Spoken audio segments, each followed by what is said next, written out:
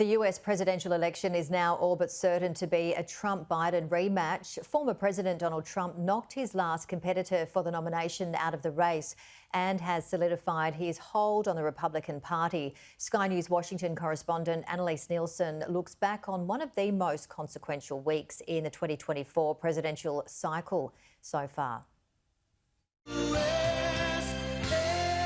A triumphant week for Donald Trump, who swept the Republican primary votes again on Super Tuesday. Our cities are choking to death, our states are dying, and frankly, our country is dying, and we're going to make America great again, greater than ever before.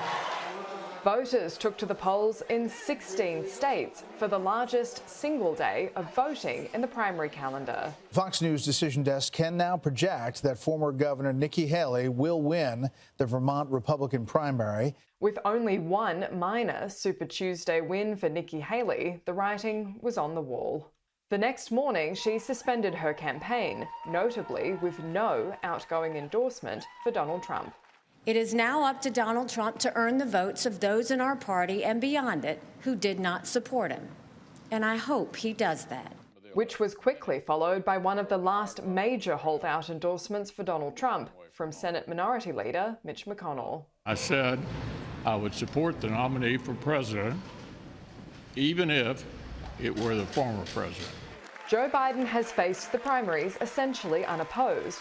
His biggest challenge is now fighting public perception he's too old for another 4 years in office, which he did with a fiery State of the Union address to Congress. I've been told I'm too old. Whether young or old, I've always known what endures. I've known our North Star. The very idea of America is that we're all created equal and deserves to be treated equally throughout our lives.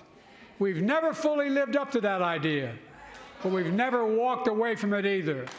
And I won't walk away from it now. Joe Biden didn't mention his political rival Donald Trump by name, but took aim at his predecessor and competitor multiple times. January 6th lies about the 2020 election and the plots to steal the election posed a gravest threat to U.S. democracy since the Civil War. But they failed. America stood.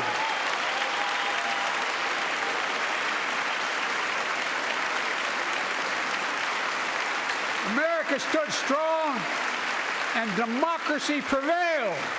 It was a completely hyper-partisan speech. I don't know how else to describe it. It was a campaign speech, and a pretty vitriolic one at that. And in the final act of the week to solidify his hold on the Republican Party, Donald Trump's daughter-in-law, Lara Trump, was voted in as co-chair of the RNC. All those in favor signify by saying aye. Aye.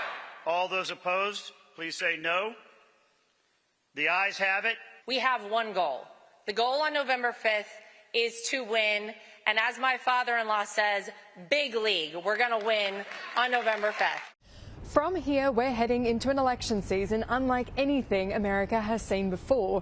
A former president running against an incumbent president, and a general public generally unenthused about either.